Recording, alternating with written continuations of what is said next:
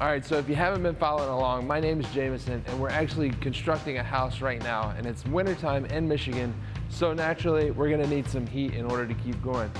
Right here, what we have today is the VAL6 EPX and the MPX. These are both from Midwest Best Equipment, and we're gonna be showing you a little unboxing, see what's inside. So let's go ahead and open these things up.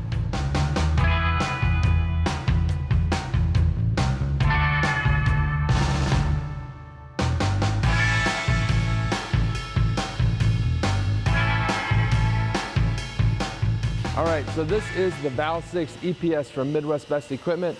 It is the biggest and the baddest radiant heater out there. It's perfect for outdoor events. I know that the military uses it as well as like the NFL. Perfect for our construction site. It's gonna heat everything that it sees essentially. So the nicest thing about this is that you've got a few parts here, but overall this thing comes assembled, which is great. So you can drop some diesel fuel in there and plug it in and you're ready to go instantly. So that is one of the nicest features about this.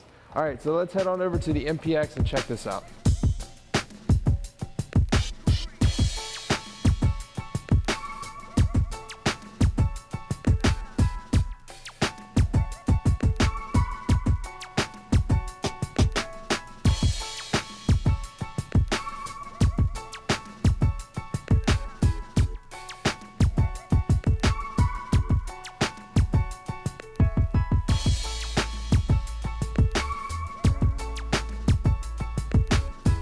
All right, so we've had a few months to fully evaluate these heaters and use them in a cold weather environment. We're constructing a house in the middle of winter in Michigan, so we've had to endure some pretty cold climate and temperature changes. I love the fact that these heaters are very, very quiet. Also, they don't really emit hardly any odor. They are commonly compared to the salamanders, which are super loud. They have this odor that they off-put that is just, can give you a headache over time, and these do not do that. The MPX has been great for cold weather conditions where we don't have an insulated environment.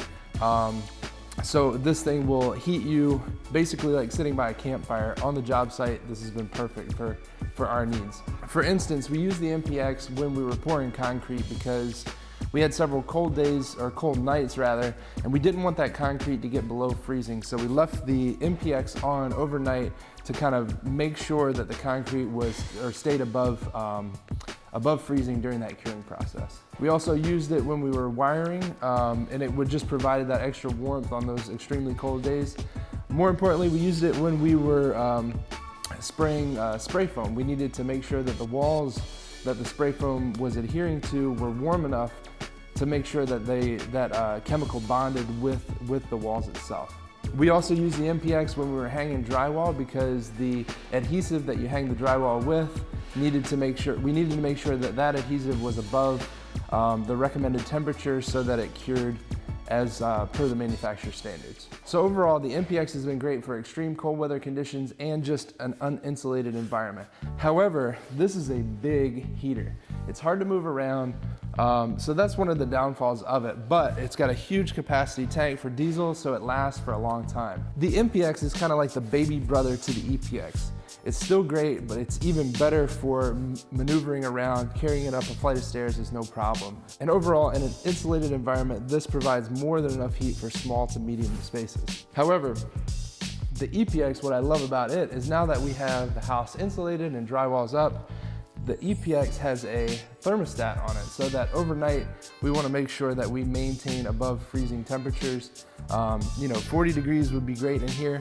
So we set the thermostat down on a 1 or a 2, and this just comes on and off as needed to maintain that temperature.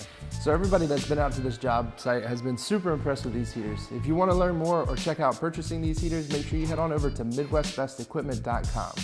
Thanks guys, and we'll see you later.